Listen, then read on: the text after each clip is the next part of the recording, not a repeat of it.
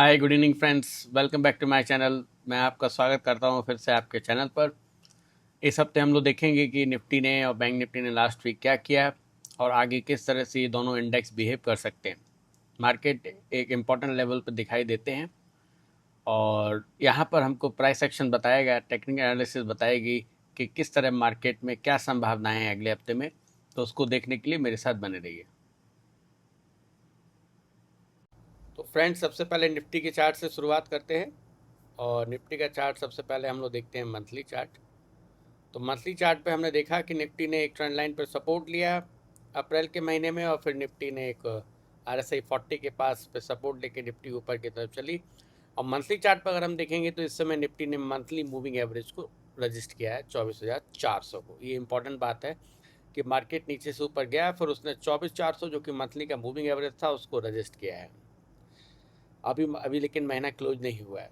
अगर हम weekly chart पर जाते हैं तो हम साफ साफ देखते हैं कि निफ्टी ने सपोर्ट लिया था सब एक ट्रेंड लाइन का। सपोर्ट के बाद निफ्टी मूविंग एवरेज के पास पहुंची और वहां पर फिर उसने वहां पर मूविंग एवरेज के पास पे और एक की लेवल पर रिजेक्शन मिला और अब एक निफ्टी फिर से RSI 40 की तरफ बढ़ रही है।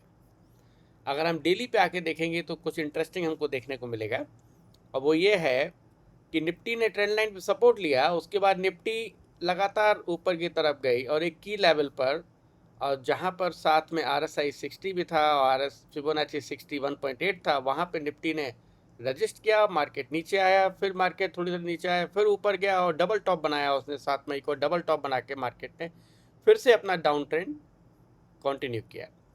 अगर अब हम देखें अब क्या पॉसिबिलिटी है यहाँ पे मार्केट में, तो एक इम्पॉर्टेंट बात यह है जब हम मार्केट को एनालाइज करते हैं तो हमें दोनों तरह की संभावनाओं पर डिस्कशन करना चाहिए। तो इस समय बुल साइड का जो संभावना पॉसिबिलिटी वो ये है कि निफ्टी ने क्या किया है, RSI 40 पर सपोर्ट लिया और वहाँ पर एक स्पिनिंग टॉप बनाई। उसके साथ में अगर हम ध्यान से देखेंगे जब मार्केट ने गिरना शुरू किया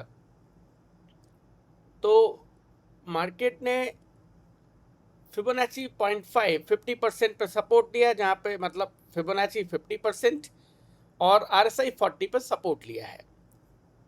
और यहाँ पर पास में एक हमें देखने को मिल रहा है कि एक गैप सपोर्ट भी है जो कि 23,108 पर है।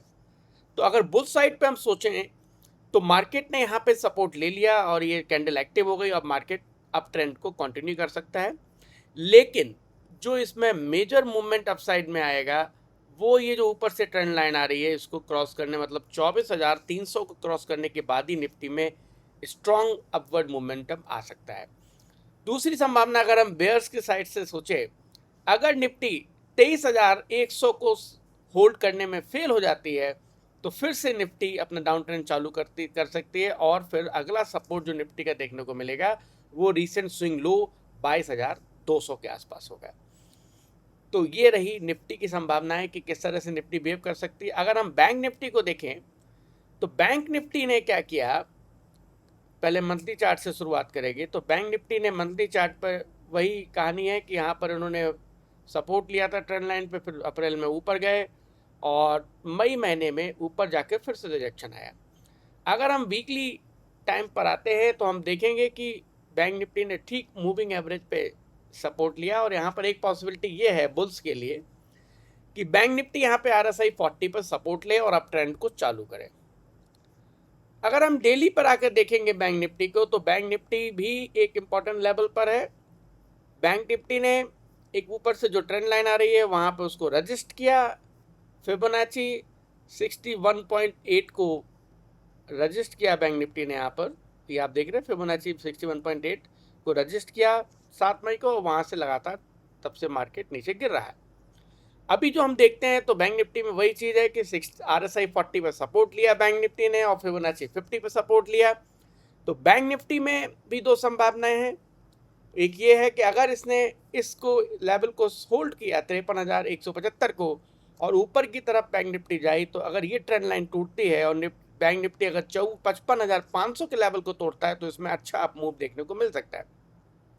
वहीं अगर बैंक निफ्टी 54,100 के लेवल को तोड़ती है तो अगला सपोर्ट 52,800 और 52,800 भी अगर होल्ड नहीं करती है बैंक निफ्टी तो फिर से स्विंग लो की संभावना है 50,000 फिर से बैंक निफ्टी को देखने को मिल सकता है।